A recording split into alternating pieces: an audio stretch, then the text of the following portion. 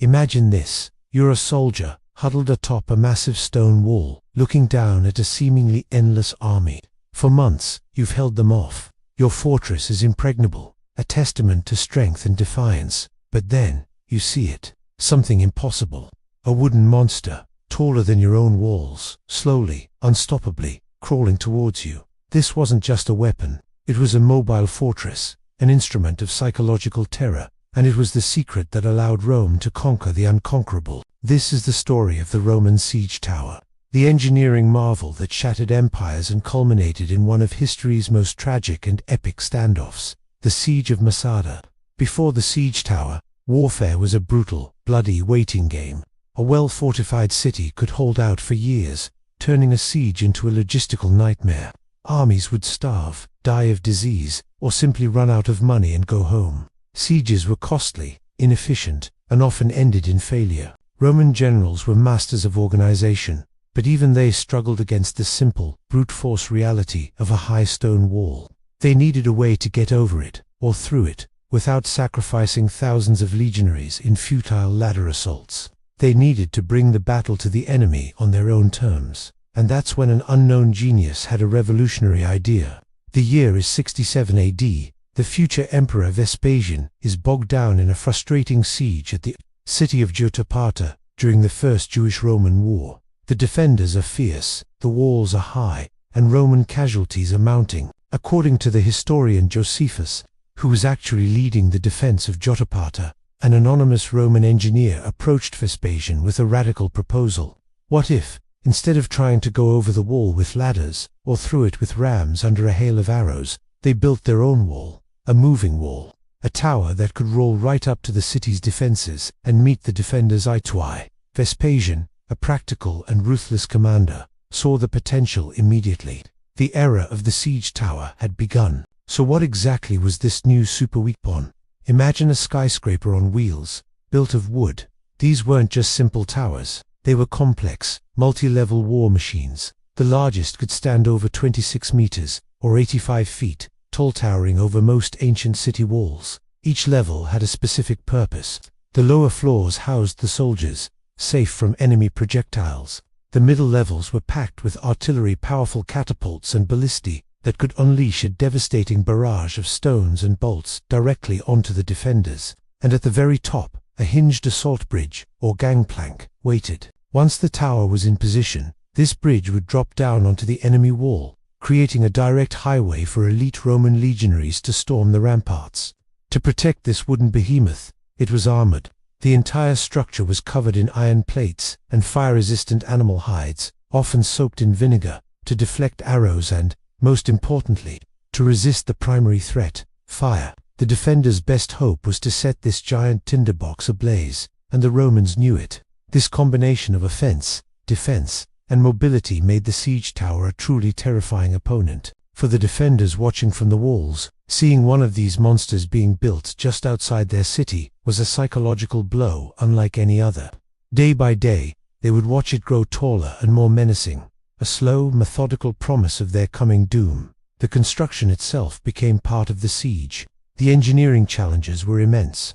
How do you move a structure weighing hundreds of tons across uneven, often hostile terrain? The Romans solved this with massive, solid wooden wheels and heavily lubricated axles, often requiring hundreds of men or oxen to push and pull the machine forward, to keep it from tipping over on bumpy ground. They used a wide base and sophisticated triangular reinforcements, a principle of structural engineering we still use today. Stability was key. A toppled tower was not only a waste of resources but a massive morale boost for the enemy. The Roman engineers were relentless innovators.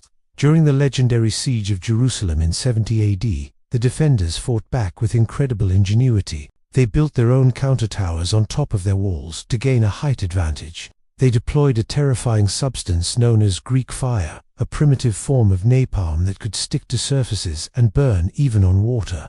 But for every defense, the Romans had an answer. They added adjustable platforms to their towers to change their height on the fly. They developed swivel-mounted cannons that could track targets. To counter the fire, they improved their fire-resistant bridges. Perhaps the most brilliant integration was combining the siege tower with another classic siege weapon, the battering ram. Instead of having soldiers operate a ram out in the open, exposed to everything the defenders could throw at them, they built it into the base of the siege tower. A crew of men, completely protected by the tower's armored shell, could swing a massive, iron-tipped log against the base of the wall. Meanwhile, 3 or 4 stories above them, archers and catapults would be suppressing the defenders on the ramparts, preventing them from dropping rocks or fire onto the ram. It was a perfectly synchronized, multi-pronged attack, all contained within a single, mobile unit. The wall would be weakened from below while its defenders were being eliminated from above. It was a checkmate move. This brings us to Masada. The year is 73 AD. The Jewish-Roman war is over, but one last pocket of resistance remains. Nearly 1,000 Jewish rebels, known as the Sicarii, have taken refuge in an astonishing fortress palace built by Herod the Great atop a sheer, isolated mountain plateau. Masada was considered absolutely impregnable. Its cliffs were too steep to climb, its walls were strong, and it was fully stocked with food and water. A traditional assault was impossible, and starving them out could take years. This was the ultimate challenge for Roman engineering, and they met it head. The Roman general, Lucius Flavius Suva, arrived with the 10th Legion. Seeing the impossibility of a direct assault, he ordered his men to do something that must have seemed insane: build a mountain to conquer a mountain. Over several months, thousands of legionaries and prisoners of war constructed a gigantic siege ramp. This colossal earthwork, made of stone and packed earth, rose over 100 meters, or 330 feet, against the western cliff face of Masada. It's so massive that you can still see it clearly today, a staggering testament to Roman determination. But the ramp was only half the solution. They still needed to get a tower to the top. A fully assembled siege tower was too heavy to push up such a steep incline. So, Roman engineers did something extraordinary. They prefabricated a special, slightly smaller siege tower and had it carried up the ramp piece by piece. Once, at the top, they assembled it right in front of the horrified eyes of the defenders. This tower, positioned at the pinnacle of their man-made mountain, was equipped with a powerful battering ram. For the defenders of Masada, this was the end. They had held out for months, believing their fortress in the sky was a gift from God, a place no enemy could ever reach. Now, they watched as the Romans literally moved a mountain and built a weapon of destruction on their doorstep. The psychological impact was absolute. They knew that once that ram started swinging, their wall would fall, and the vengeful 10th Legion would pour in. Josephus tells us that their leader, Eleazar ben Ur, gathered the defenders and gave a powerful speech. Rather than be captured, enslaved, or killed by the Romans, he convinced them to take their own lives. When the Romans finally breached the wall the next day, they were met not with a final, desperate battle, but with an eerie, tragic silence. The siege tower hadn't just broken their wall, it had broken their will to live. The impact of the siege tower on history cannot be overstated. It dramatically shifted the balance of power in warfare.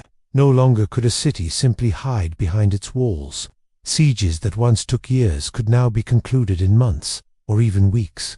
This efficiency saved the Roman Empire vast amounts of time, money, and, most importantly, soldiers' lives. It allowed for the rapid conquest and consolidation of territory, securing the borders and enabling the Pax Romana.